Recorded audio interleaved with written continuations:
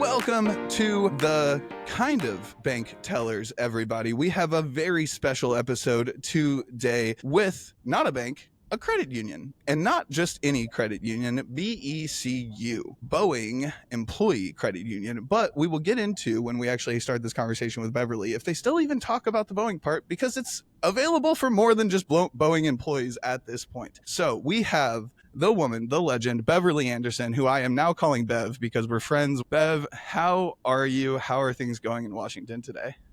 Zach, it's so great to be here with you. Thank you so much for having me. And I will be happy to say that the sun is out in Washington. We have a saying that is the mountain is out, which is Mount Rainier. So I can see Mount Rainier today, which means it's going to be a lovely day. I am jealous. I'm in Kansas City, as we covered, so I can see really, really far on a flat land. That's about all I have as far as I'm going. So you're winning as far as that goes. So Bev, we were talking a little bit before. Obviously, you know, the goal of the conversation is to learn a good amount about BECU, kind of understand the inner workings. But we have to start with you because I have done some Bev research and just fascinating story.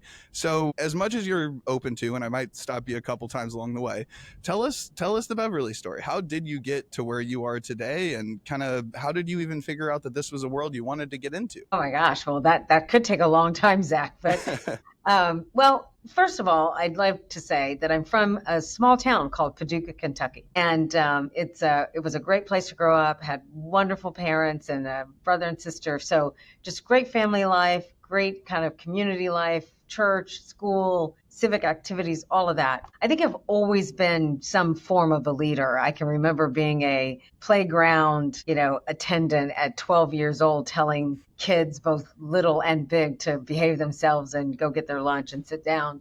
So I think I've always been someone who liked to kind of get people moving, get things going, leading, and, telling people what to do. So after doing Come out and say it. exactly the honesty I like. That's right. So after growing up there, I went to a school called Florida A&M University, and it's a predominantly black. It's an HBCU. It's a predominantly black school. The dean of the business school, which was an undergrad program, had gone to Wharton, and her dream was to teach young, black kids from across the country how to be strong business leaders. And that was a fabulous program. I was enrolled in the University of Kentucky, which is what everybody does if you grow up in Paducah, and was all set, had a dorm room, had classes. And then I got this letter from Florida A&M that said, "Dear Superstar." And I waved it in front of my parents and I said, "Take me to Florida. We have to go see this school. If they think I'm a superstar, I better go see why." Finally, someone noticed, right? Exactly. So we all went. We loved it. And I had a great 4 years. I had a banking professor there. And the day he taught the course on Glass-Steagall, sorry, I fell Don't in love. apologize. This is the stuff that gets us in it. I'm in it because of 2008 and Dodd-Frank and all that. There So, you I mean, go. this is how it Exactly. happens. Don't apologize. I fell in love with banking and did a couple of internships in banking and then started a 10-year banking career on the commercial side. So lending to large corporates and middle markets, asset-backed lending, did some workouts, loved the work. After 10 years, I thought it was probably time to go retool, think about what I wanted to do. Some of my friends had started to go to business school. At the time, I wasn't even sure that I would get in. I mean, it's crazy. I had a great 10-year run, but still had a little bit of imposter syndrome, maybe. Well, it's Harvard. I mean, it's fair. I got into HBS, Harvard Business School. Absolutely changed my life. It's such an incredible program. The way that they teach you how to be a leader and see horizontally across all the different disciplines that the school teaches. And I think it was there that I learned I really cared a lot about what consumers do, think, what they need, how they behave. And at the time, the payment space, credit card in particular, was just growing by leaps and bounds. The banks had spun out their credit card businesses to raise some capital. This was in the late 90s. And so did some great work in the card space at predecessors to Bank of America and to JP Morgan Chase, landed at Wells to really help drive the growth in their credit card business. Spent a great bit of time at American Express as well, which is just a fabulous organization. Did a little stint at Equifax on the credit bureau side. By that time, I started to think, there's got to be a way to be more inclusive in the financial services ecosystem. Mm-hmm. We're just not doing enough to serve everyone. And I convinced myself that the way to go about that was to get to the data. Like the data would help us figure out how banks could do a better job serving. So I did a little stint there and realized that what I really wanted to do was get in the communities with consumers, figuring out how to serve their needs. And I got introduced to BECU as they were doing a CEO search and realized that our mission and values were very, very aligned.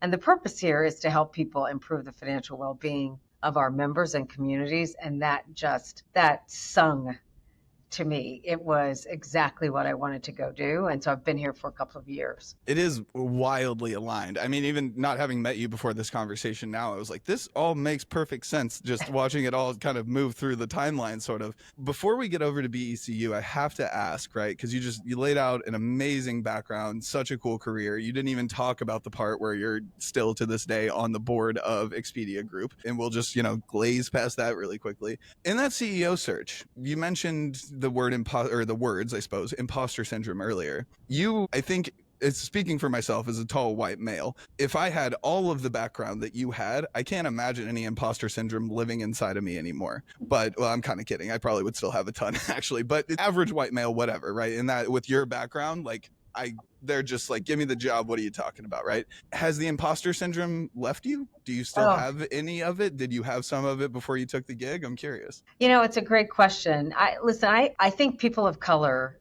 sitting in these seats, probably deal with it much more than we even talk about. The world expects CEOs to look a certain way, to be a certain type of person. I always I tell people the most interesting question I always get asked is, what do you mean you are the CEO of BECU? How did that happen? Right? And you know exactly what the question means. In 2025, that's just depressing, but yeah, I guess It's that is the real. world we live in to a certain degree. Yes. Yeah. But here's what I will tell you. The time between Equifax and BECU, I really spent time thinking about what is it that I really wanted to do?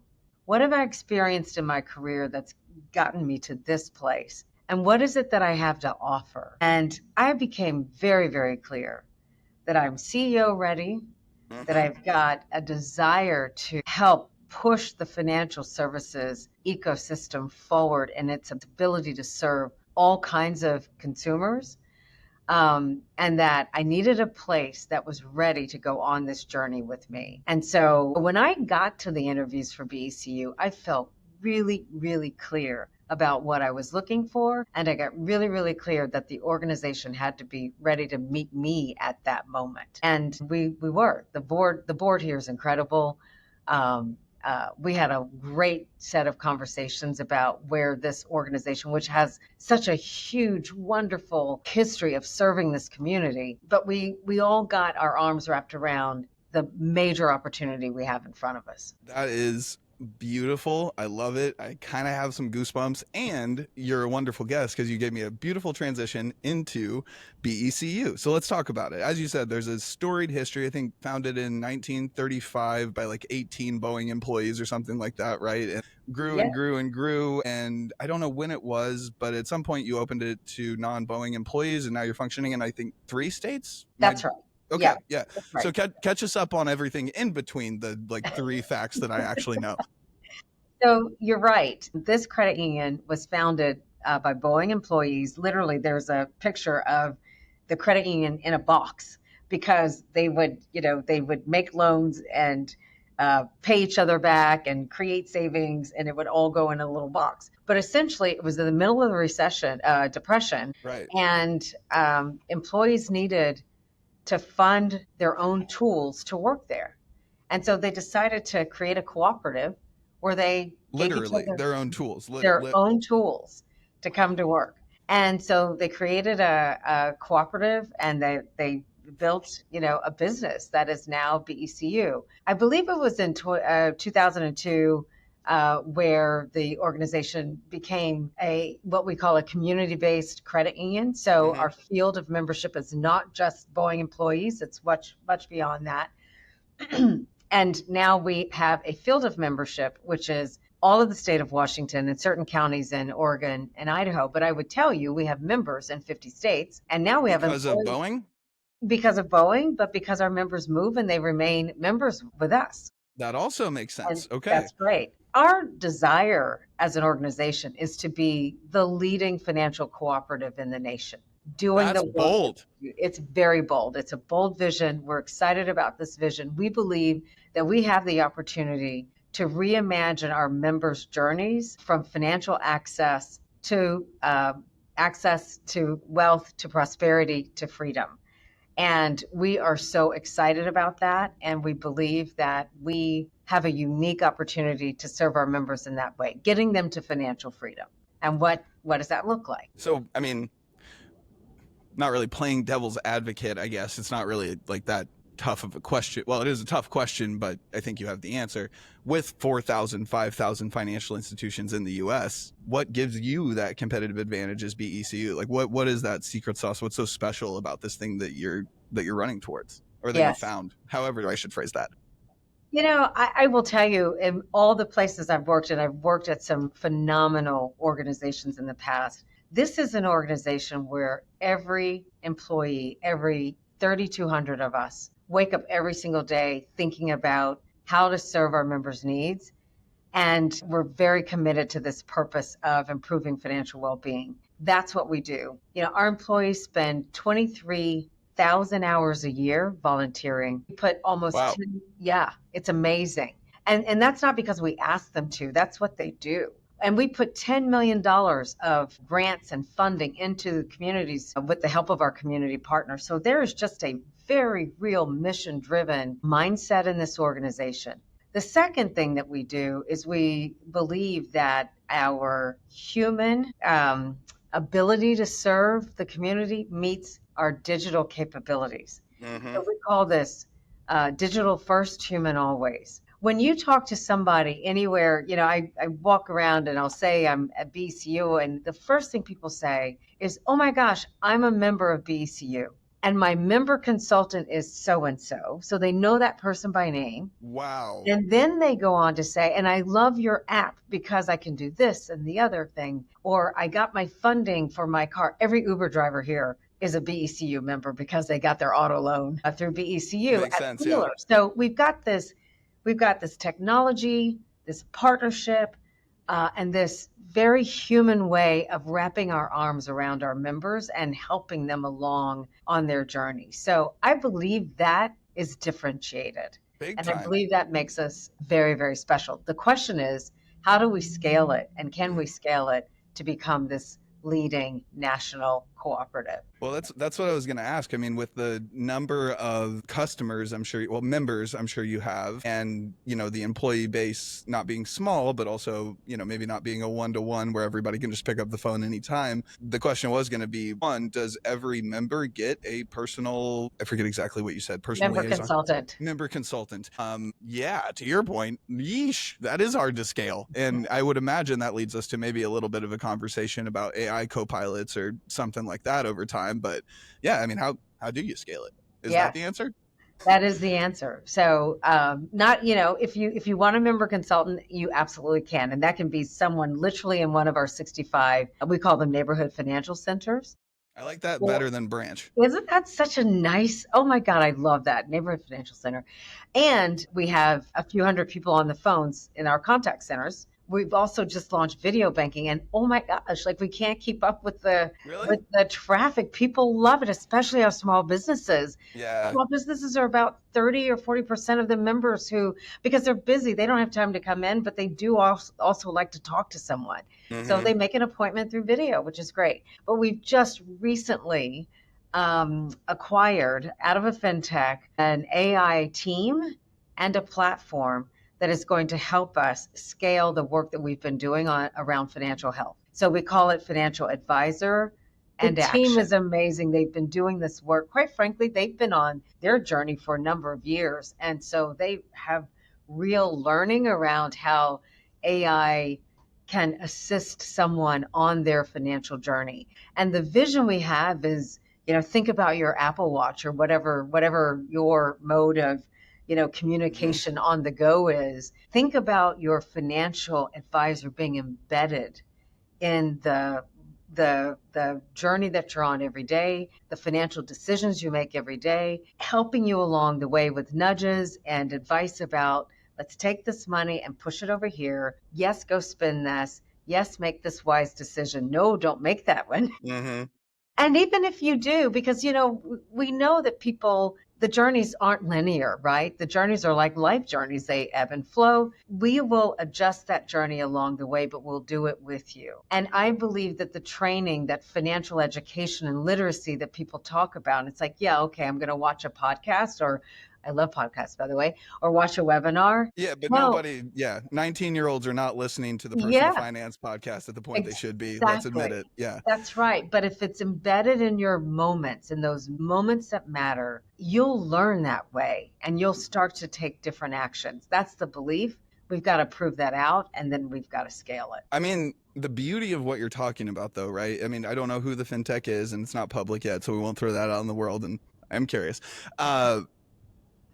I would imagine that they've been building some amazing, again, don't know who they are, but I would guess they've been building some amazing technology, and it has an incredible amount of utility, an incredible amount of value. But I think we've reached this point where like product market fit doesn't matter anywhere near as much as distribution market fit, right? And the That ability is, to join your number of members and actually be able to make an impact on a sizable number of lives. Like for them, I mean, it sounds like the sum is much greater than its parts in this conversation. that's exactly right. I mean, I love the space of fintech. When we all first started talking about fintechs, I did a speech and I said, banks are the biggest fintechs in the world, and I think I called banks the OG of fintechs, and we've been in this space for a long time. It's true. I think what fintechs have learned, with the exception of a few who've done really, really well, is that distribution matters. You've got to have members. And now with AI, not only do you have to have the members, you've got to have the data to Mm-hmm. build models that are accurate and that make sense. And so we're going to go on this journey. As we scale our membership, we'll scale the technology and the capability to ride alongside them, and we will create a way for them to have a lasting financial journey and support that teaches them and gets them to their financial freedom. So that's the goal. That's the Yeah. vision. That's why I wake up every day. That really excites me. It's exciting for that AI team too, because I mean, I don't even know if we've said the T word yet. Have we said trust in the 19 minutes that we've been, I don't know if we've said that yet, but that's the other piece, right? They were Yes. building cool technology in a basement or something somewhere in San Francisco or whatever it is. But you have, since 1935, in the depths of the depressions, this credit union has built trust with its members for so long. And I think that's the other thing about the AI thing, and even about the fintech thing, like there's a good number of really cool fintechs that have figured out distribution. One maybe that was able to come up with the free trading thing, but like, does anyone trust that group that I'm alluding to? I don't. So, there's a lot associated with that too. So the fact that you all have that trust and you're thinking about the technology and you're really wanting to push it forward seems like a flywheel is really going to get moving. That's wildly exciting, Bev. I see why you jump out of bed. Yeah. You've obviously been in all of our strategy conversations, and shame on me for not saying the word trust.